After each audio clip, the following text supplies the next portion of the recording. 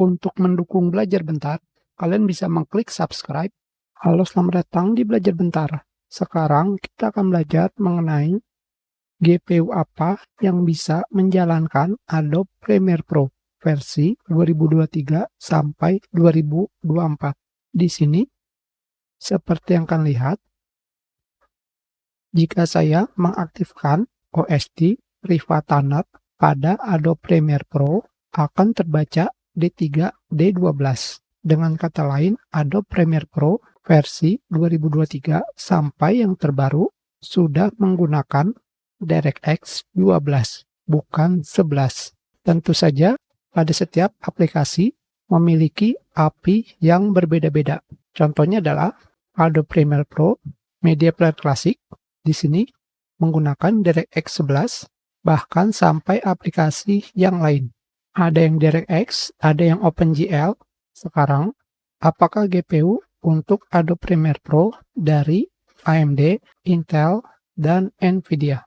Di sini, jika kalian menggunakan GPU AMD, tentu saja saya tidak akan pergi ke seri yang lebih lama, minimal adalah seri 2016. Tetapi jika kalian menggunakan seri di bawahnya, kalian bisa mencarinya di Wikipedia.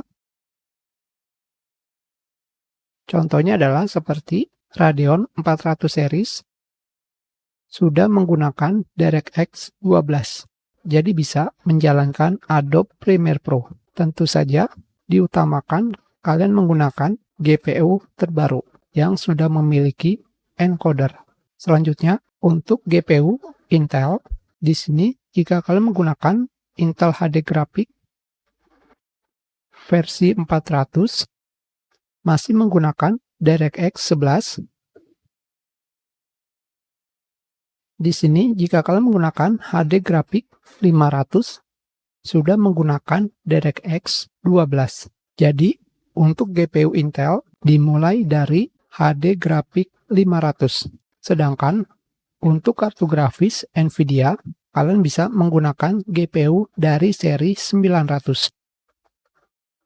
Bukan berarti seri di bawahnya tidak bisa menggunakan DirectX 12, hanya saja seri tersebut sudah terlalu lama. Dari tahun 2013, sedangkan seri 900 dari tahun 2014.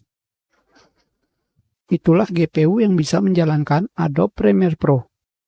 Hanya bisa menjalankan, karena masih ada fitur lainnya yang dibutuhkan untuk kartu grafis, seperti encoder dan decoder. Kita sudahi pelajaran kita. Terima kasih.